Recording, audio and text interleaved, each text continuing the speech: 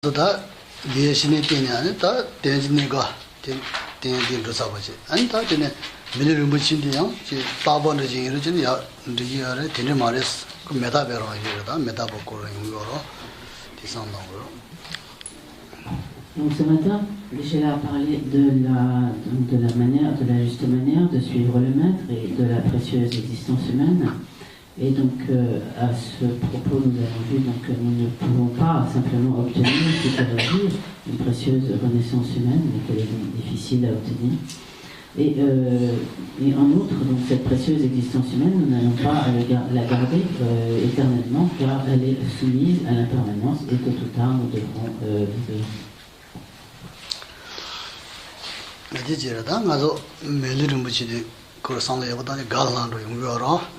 아야 메다바산다네 들란도 지요노 되니 리어스 산다도 리어라. Donc, lorsque nous méditons sur la précieuse existence humaine, cela doit faire apparaître en notre esprit la joie. Donc, la joie à l'idée d'avoir obtenu vraiment cette précieuse existence humaine, dotée de tant de qualités. Mais lorsque nous méditons sur l'impermanence, à ce moment-là, c'est la conclusion de cette méditation sur l'impermanence, ce n'est plus donc la joie, mais au contraire la tristesse.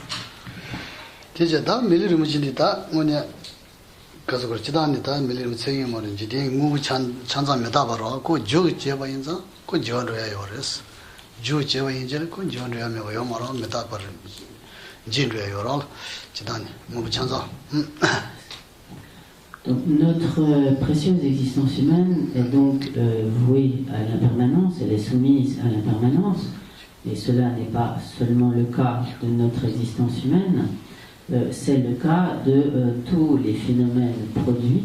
Donc à partir du moment où les phénomènes sont produits, composés par la réunion de causes et de conditions, ils sont donc inévitablement soumis à l'impermanence, à la distorsion.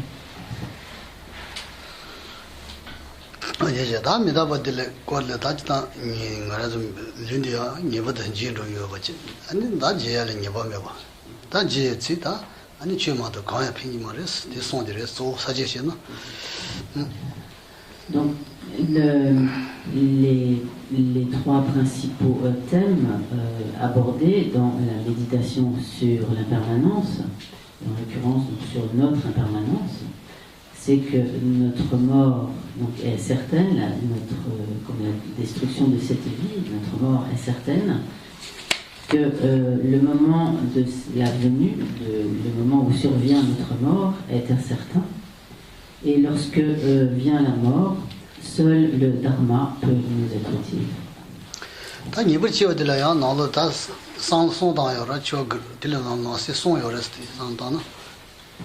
À propos du premier de ces trois points, la certitude de la mort, trois aspects sont envisagés.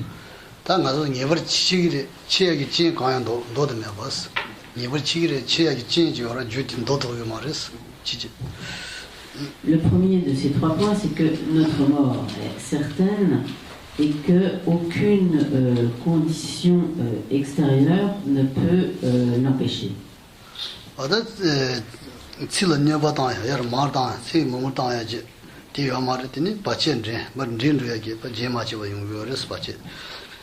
Le deuxième aspect, c'est que on ne peut pas rallonger la vie, on ne peut pas ajouter de longévité donc, à notre vie, mais qu'au contraire, toutes sortes d'interférences, de circonstances adverses ne font que réduire notre longévité.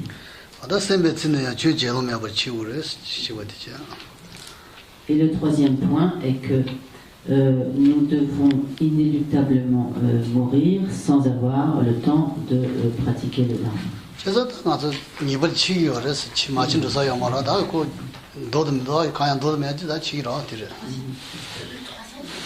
Nous devons inéluctablement mourir sans avoir le temps de pratiquer le dharma.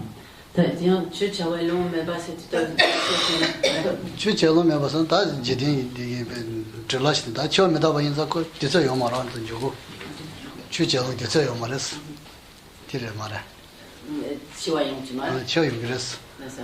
지난해 주 제롬에 봐 치와 주고 용 그랬어. 당한 요 맞이나. Donc effectivement, donc, la mort en fait vient très vite et elle ne nous laisse pas le temps de pratiquer le dharma lorsque cette vie s'écoule extrêmement rapidement.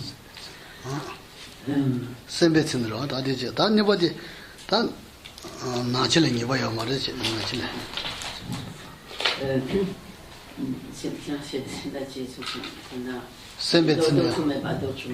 Et donc effectivement, donc, notre mort est certaine car nous pouvons regarder partout alentour et en fait il n'y a rien qui puisse effectivement empêcher la mort et contrer définitivement notre mort.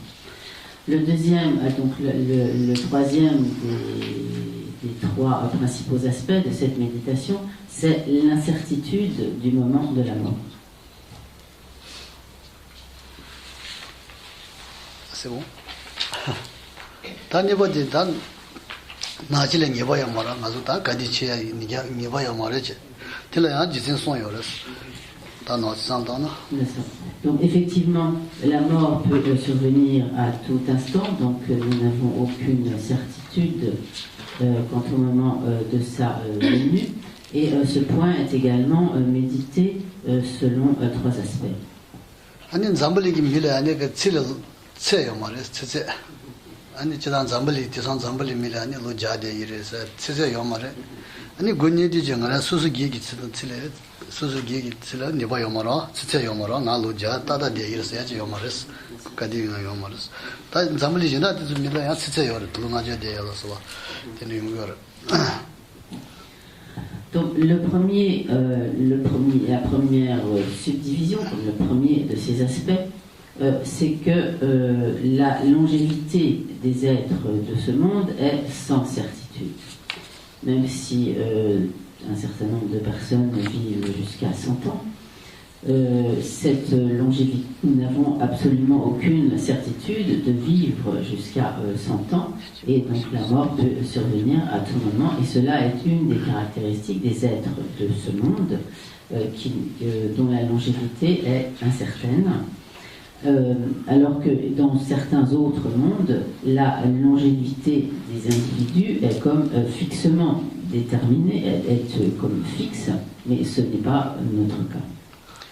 근데 치지 망겨서 가서 치에 받쳐 먹어요라 칼라사다니 만드냐 네가 열어고 다 되는서 봐 아니 셈베치는 니녀레스다 니버디 되나로. Donc le premier de ces points donc c'est que la longévité notre longévité est en tant qu'être humain de ce monde est incertaine car nous pouvons donc mourir à tout moment. Le deuxième point c'est que, expliquant que le moment de notre mort est incertain, c'est que de nombreuses conditions peuvent entraîner, nombreuses sont les conditions qui peuvent entraîner la mort, et rares sont celles qui entretiennent la vie. En effet, donc, il suffit d'une condition minime, telle que une nourriture qui ne nous convient pas, qui va provoquer par exemple une réaction allergique, donc ça c'est une interprétation, mais disons une nourriture qui ne nous convient pas, ou alors pour que notre mort se produise, et à côté de cela, les conditions qui entretiennent la vie sont rares. 아니 가서 리드페 나차 페 차고 말에 렐하브레스 추기 바로 추기 바디도 다 바디 나서 그 니버지로 되나이 가서 저블 추가 차고요 말아 도다 차다 보인 다 로르 이름 데시로 차고요 다 가서 저거 차고 좀 가요 말 가서 실로다 된다 잡으러 나올래 산다도 저거 매 차고 추기 바로 버렸어 제가. La troisième raison pour laquelle donc, le moment de notre mort est incertain, c'est que notre corps est extrêmement fragile, extrêmement vulnérable. Il est en fait aussi fragile qu'une bulle d'eau qui éclate au moindre souffle de vent.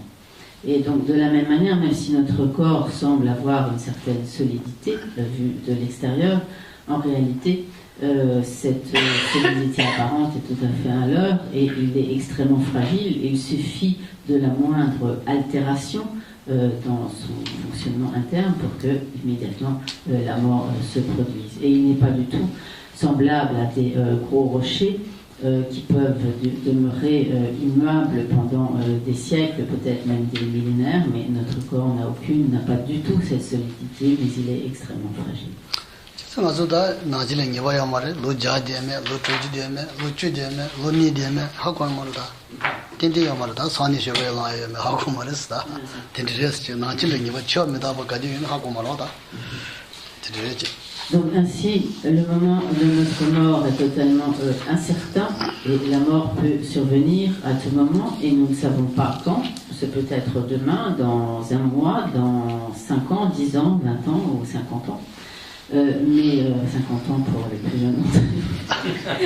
Pas 50 ans ce qui me concerne. Mais dans tous les cas, nous n'avons pas la moindre certitude, nous ne pouvons pas affirmer que nous serons encore en vie demain.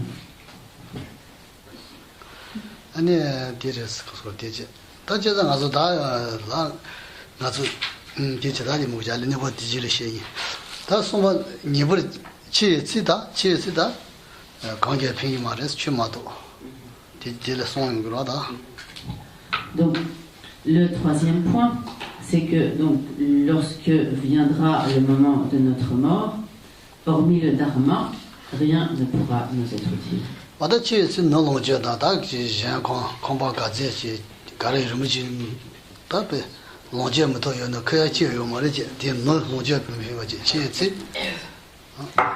En effet, donc lorsque nous devrons quitter ce monde, aucune de nos possessions actuelles ne nous sera d'aucune utilité. Ni nos biens matériels, ni nous pourrons avoir beaucoup de bijoux, beaucoup d'or, beaucoup d'argent, avoir une très belle maison, etc. Et donc tout cela ne nous sera plus d'aucune utilité.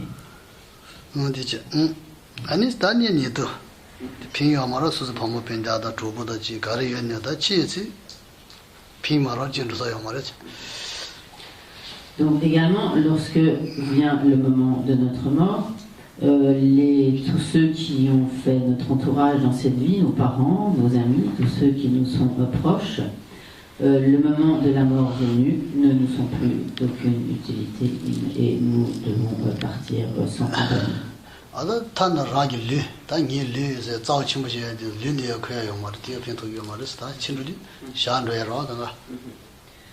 Et enfin, lorsque nous mourrons, même ce corps qui nous accompagne depuis notre naissance, qui est notre compagnie depuis notre naissance, même ce corps, nous devons le laisser derrière et donc partir en laissant ce corps.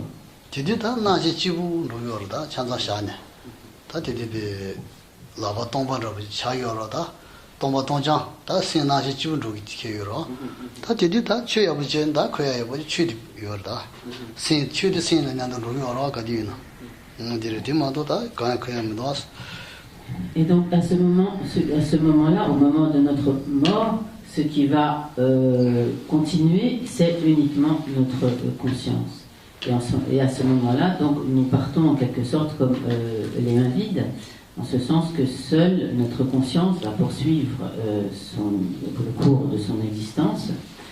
Et à ce moment-là, la seule chose que nous emportons avec cette conscience, et qui peut nous être bénéfique, donc au-delà de cette vie, c'est le dharma que nous aurons pratiqué dans cette vie et qui aura donc imprégné notre courant de conscience.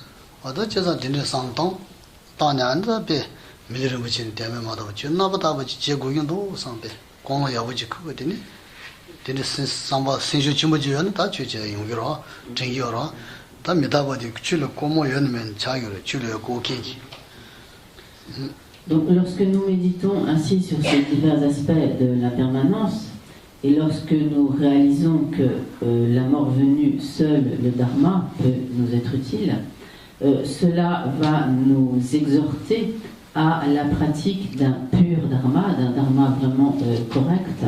Et c'est en fait le but de cette méditation sur l'impermanence, de nous aiguillonner en quelque sorte, de nous inciter à la pratique en nous faisant prendre conscience en quelque sorte comme de l'urgence de la pratique.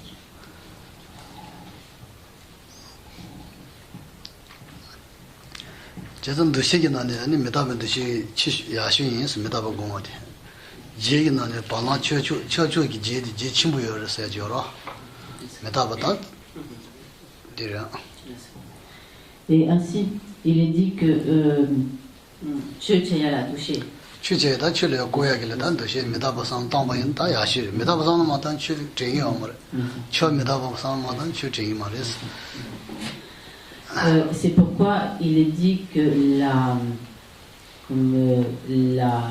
meilleure, littéralement comme identification ou reconnaissance, comme conscience, disons comme prise de conscience que l'on puisse avoir, ou comme littéralement la meilleure identification que l'on puisse faire apparaître en soi pour s'engager à la pratique du Dharma, c'est celle de l'impermanence, car c'est en effet la réalisation de l'impermanence qui nous pousse vraiment à la pratique du Dharma. Si l'on n'a pas conscience de son impermanence, alors on risque fort de se leurrer et de ne pas se mettre vraiment à la pratique du Dharma.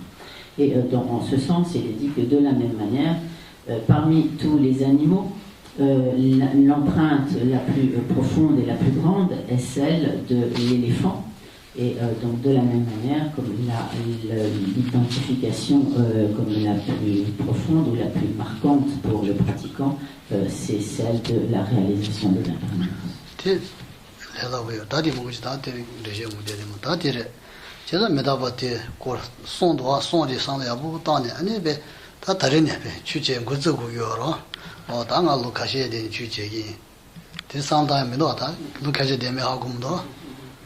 다다가 베칼레요다 지 신디기라고 뭐에 취재 되면 다 지마지바 제인선다 뒤노트레스 다른에 지 많이 쓰지나 어떤 지가래 있는 지 최미광지 배 날이 제고 그랬어 신디 죽는 그거 대한 사례다. Donc la méditation sur ces trois aspects de l'impermanence, de la certitude de notre mort, de l'incertitude du moment de sa venue et du fait que la mort venue, seul le Dharma nous sera utile. Donc les méditations sur ces points doivent vraiment nous faire prendre conscience que c'est dès maintenant, sans plus tarder, que nous devons vraiment nous mettre à la pratique. Si nous n'avons pas conscience de cela, nous pourrions tout à fait nous dire je vais commencer par faire telle et telle chose pendant 2-3 ans ou faire toutes sortes de projets ne concernant que cette vie en nous disant et après cela, quand j'aurai terminé cela, je me mettrai à la pratique du Dharma. Mais en fait, par ce genre d'idée, nous nous leurrons complètement car nous ne savons pas, car il est tout à fait possible que la mort nous frappe bien avant que nous n'ayons pu nous mettre à la pratique du Dharma. Et comprenant cela, donc nous arriverons à être totalement déterminés à nous mettre dès maintenant tout de suite à la pratique.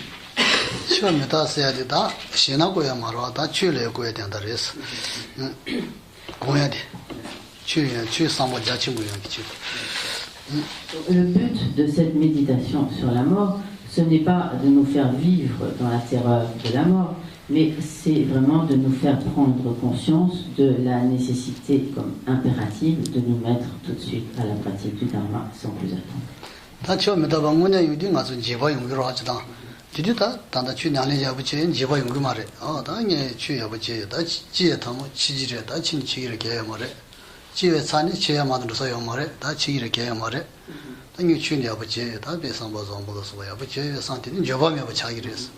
티마도 친디를 가야 맞지 아니 지가 나마다 친디기 내가 가지고 먼저 제바 딩디 단 저바 친구지기로 당이 가야 제마다 미친디 비싸시 당하게 상태는 제바 용기를 제바 용기를다 뭐뭐진 종용을했어 제바 용기는 제바 용기란 제바지기로 다 주냐래 아버지 다 개말 당하시니 민주 제거면 아버지 상태는 미제바 용기랬어. Donc, de manière générale, lorsque la mort survient, donc nous avons tous peur donc, de la mort, c'est comme une réaction assez naturelle face à la mort. Mais si dès à présent nous méditons vraiment sur la mort, sur l'impermanence. Cela, donc, comme cela vient d'être expliqué, cela va nous inciter, nous pousser à la pratique du Dharma. Et si durant cette vie nous nous sommes correctement appliqués à la pratique du Dharma, lorsque viendra effectivement le moment de notre mort, alors nous pourrons ne plus avoir cette même frayeur, mais au contraire nous dire que nous avons pratiqué le Dharma, et à ce moment-là nous serons sans regret. Et donc nous pourrons être ainsi comme sereins, paisibles face à cette expérience de la mort, et de ce fait ne pas éprouver donc, de frayeur vis-à-vis de la mort en pensant que nous sommes appliqués de notre mieux à la pratique du Dharma. Mais si au lieu de cela, nous n'avons pas du tout pensé à la mort durant cette vie, que nous sommes totalement adonnés à toutes sortes de plaisirs, de jouissances, de satisfactions, tournés uniquement donc, vers le bien-être de cette vie, quand viendra le moment de notre mort, alors nous réaliserons que tout cela n'avait finalement aucun sens, et nous risquons fort alors d'être emplis de regrets et d'éprouver vraiment de la frayeur à l'égard de la mort.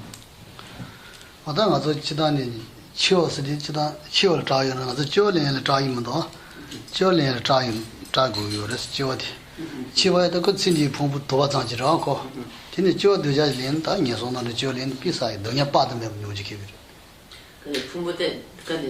tanda tini phumbu de java za ra da chi su di jo len ya da nye so na de jin jo len no kya bo mo ji donya nyo ge kyo jo len pisa yi ro ji de jo len me ji jo len ji su ma mo so yi ro. Donc de manière générale nous avons peur de la mort. Mais en réalité, la mort, ce n'est que la séparation de ce corps. Nous allons être séparés de ce corps, séparés de cette association d'agrégats, d'association de cette vie, donc d'association avec le corps de cette vie. Mais en réalité, la mort n'est rien d'autre que cela. Et donc, généralement, nous avons peur de la mort, mais nous n'avons pas peur de notre naissance à venir. Et en cela, nous trompons totalement, car s'il y a quelque chose dont nous devrions avoir peur, c'est beaucoup plus de notre naissance à venir que de notre mort. En effet, donc, si dans notre vie suivante, nous devons prendre une renaissance inférieure, alors il se pourrait que nous devions faire l'expérience de très grandes souffrances pendant des temps extrêmement longs, et de cela, vraiment, nous pouvons avoir peur.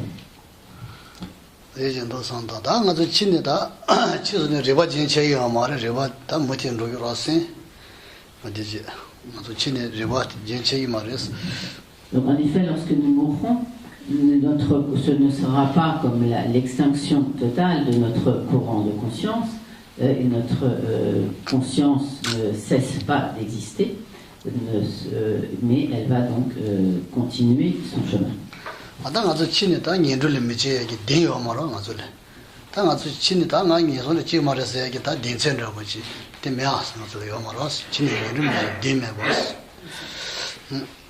Or, nous n'avons, donc, lorsque cette vie prendra fin, notre existence devra continuer dans une autre naissance, et nous n'avons absolument aucune assurance, aucune certitude de ne pas devoir renaître dans un état d'existence inférieure.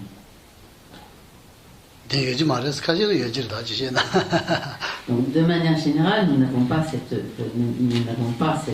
pas avoir cette assurance, cette certitude. Néanmoins, Michel ajoute, peut-être que certains d'entre nous peuvent avoir cette certitude de ne pas renaître dans un état d'existence inférieure à cette.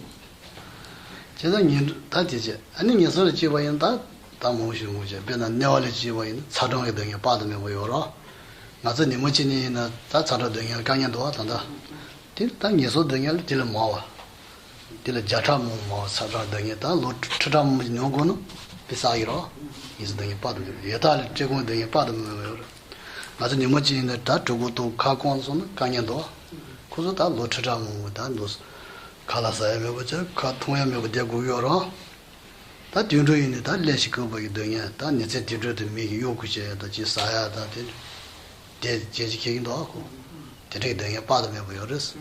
근데 지수는 비싸기로 당가서 저도 이소 등에 좀 상당 예산 면에 상당 고요로 Donc, de manière générale, nous n'avons donc aucune certitude, aucune assurance de ne pas sombrer dans un état de renaissance inférieure quand cette vie prendra fin. Or, dans ces trois catégories d'existence inférieure, les êtres sont soumis à toutes sortes de souffrances. Et si, dans le pire des cas, nous devions renaître dans les enfers, alors nous serions soumis aux souffrances donc, du feu, de la chaleur et du froid, et des souffrances extrêmement violentes, extrêmement intenses, et cela pendant des temps extrêmement longs.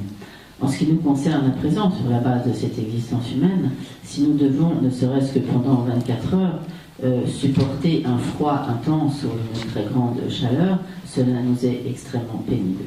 Mais si nous devions renaître dans ces états, dans les enfers, alors nous serions soumis à des souffrances terribles de la chaleur et du froid, et ce, pas pendant un court instant, mais pendant des centaines, des milliers, voire des centaines de milliers d'années.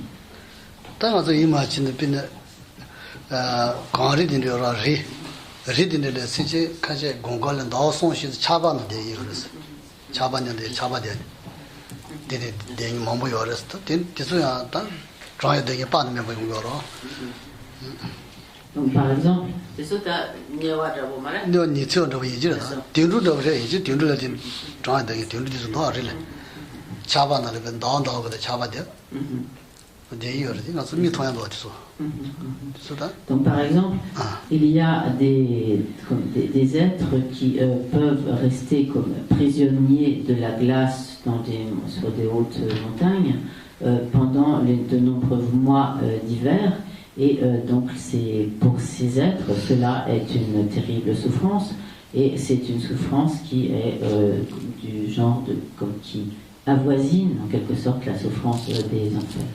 Donc si nous devions en outre, par exemple, reprendre naissance en tant que préta ou esprit avide, alors nous serions principalement soumis aux souffrances continuelles de la faim et de la soif.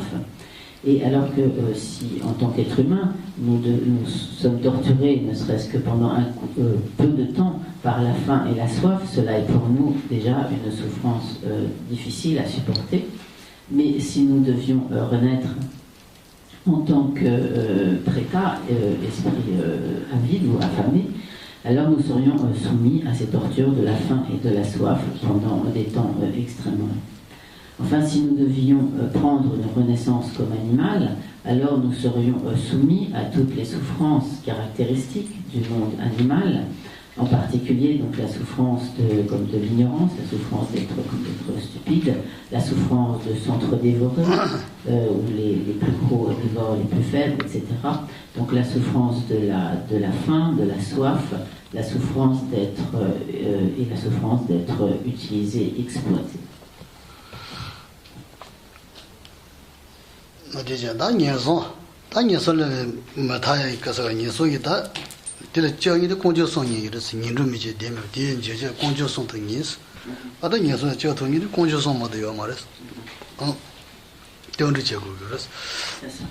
Mais donc effectivement, il y a un risque certain que nous renaissions dans ces états d'existence inférieure, mais si vraiment nous prenons refuge dans les trois joyaux, alors nous pouvons être protégés de telles renaissances inférieures. À ce propos, donc, dans le labyrinthe du champ de l'expérience, Jie Tsongkhapa dit donc, nous n'avons nulle intime assurance de ne pas renaître après la mort dans les états d'existence inférieure, mais il est certain que le triple joyau nous protège de leur frayeur.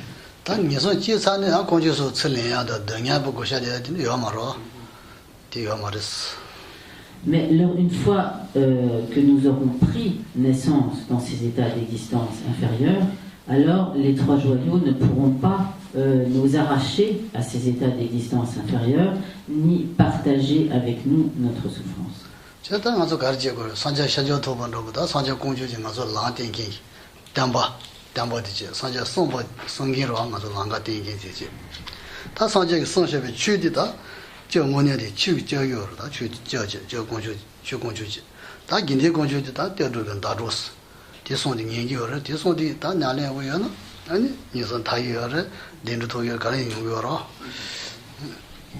Et donc ainsi, pour être protégé de ces renaissances inférieures, il est nécessaire que nous prenions refuge dans les trois joyaux. Le joyau du Bouddha est celui qui nous montre le chemin, qui nous montre le Dharma. Le Dharma est le véritable refuge, c'est-à-dire que c'est véritablement le Dharma qui nous protège de telles renaissances. Et qui concrètement, en quelque sorte, nous protège de telles renaissances. Et le joyau de la Sangha, ce sont tous les compagnons, tous ceux qui nous aident, donc sur le chemin, qui nous assistent dans la pratique du Dharma.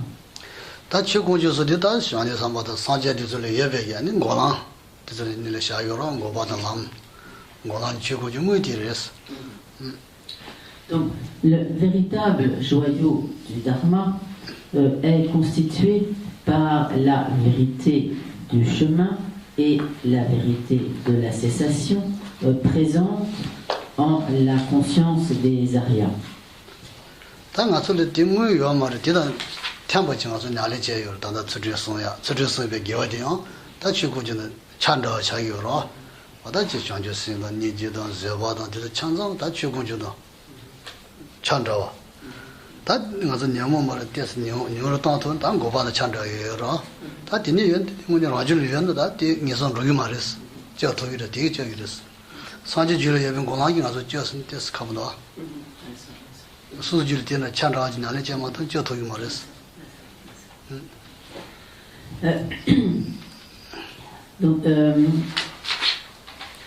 Donc nous n'avons pas à présent, nous n'avons pas maintenant présent dans notre esprit cette vérité de la cessation et cette vérité du chemin d'un Arya.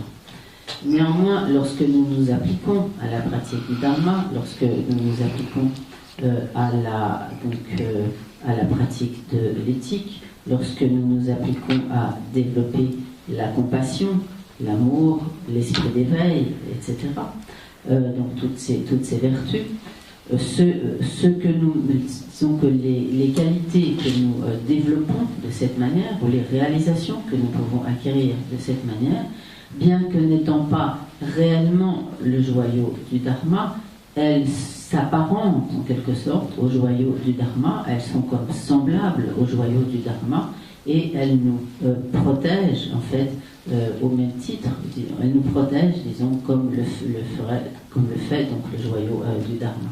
Et également, donc, car par cela, ce que nous développons comme s'apparente en quelque sorte à la vérité du chemin. Et également, lorsque nous faisons régresser les facteurs perturbateurs de l'esprit, bien que tant que nous ne sommes pas des Aryas, nous n'avons pas fait apparaître vraiment en notre esprit la vérité de la cessation.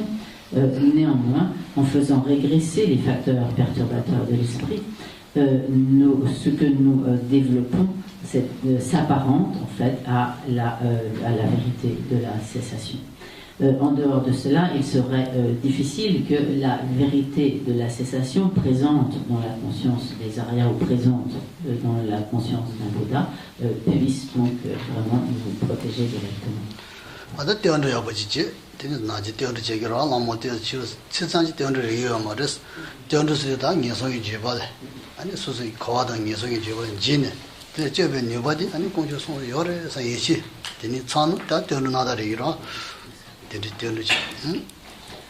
Mais donc, néanmoins, si nous développons dans notre esprit donc ces diverses qualités et faisons régresser donc les facteurs perturbateurs de l'esprit, par cela nous serons effectivement protégés des renaissances inférieures.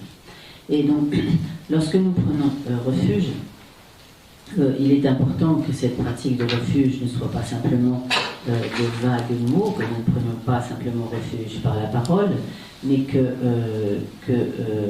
nous prenions refuge en étant, donc d'une part, en craignant les renaissances inférieures, les souffrances des états de renaissance inférieure en général, en particulier, et toutes les souffrances du cycle des existences, donc en général, et que nous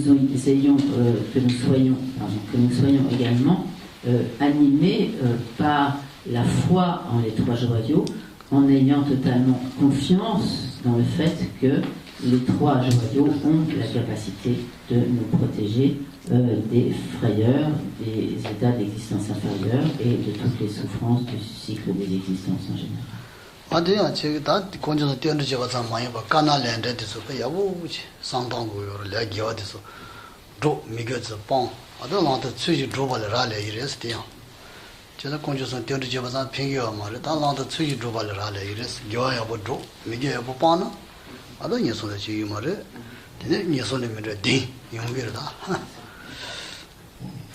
Et donc, il ne suffit pas simplement de prendre refuge dans les trois joyaux, mais il faut également s'appliquer à l'observance de la loi de cause à effet des actions, de la loi du karma, et donc rejeter les actes négatifs et s'appliquer à la pratique des actes positifs, des actes vertueux favorables. Et ce faisant, nous pourrons vraiment arriver à la certitude de ne pas retomber dans des états d'existence inférieurs.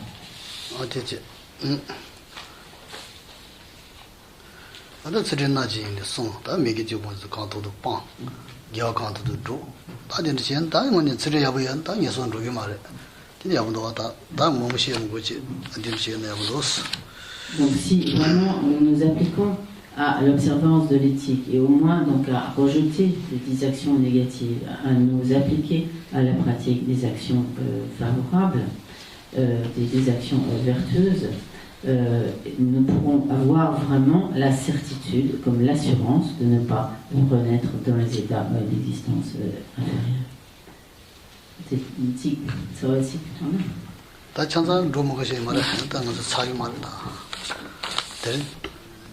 그 찬산 롬이 됐댔어.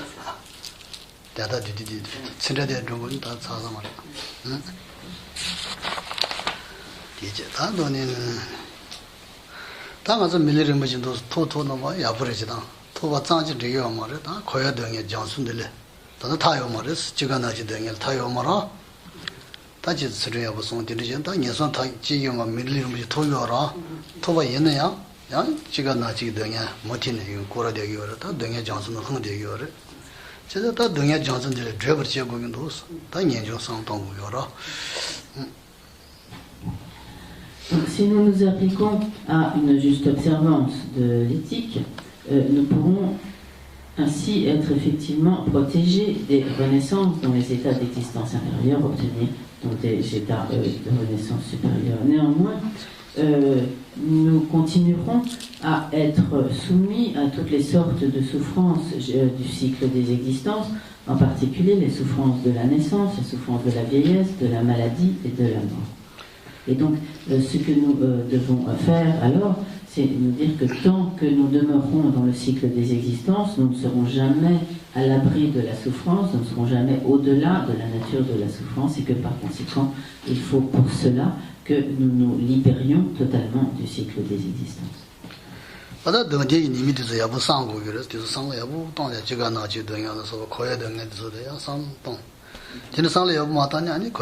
마타는 거의 등에는 아니 단적으로 요요 말했어.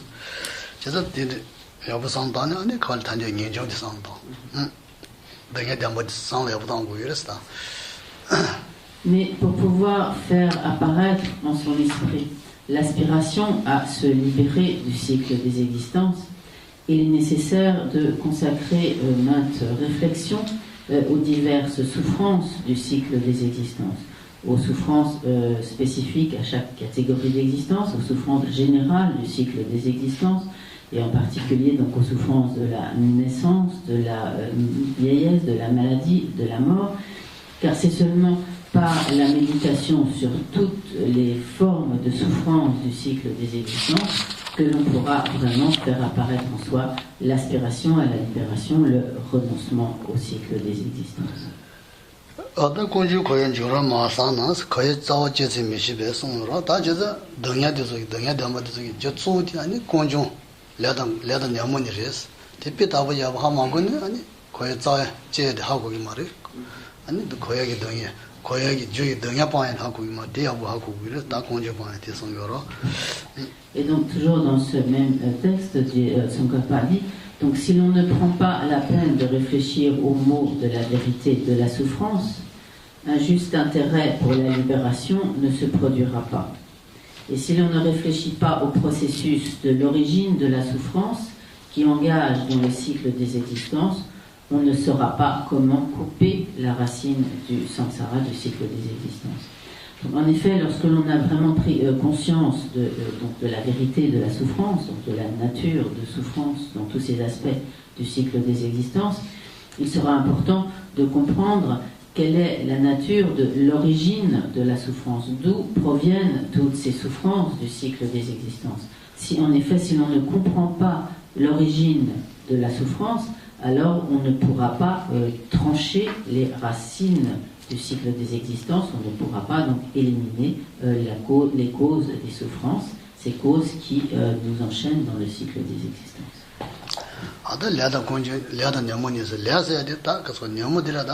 마리바다 소바다 마리바 kunyaman da chi kundu da ngaja chadu da soba yora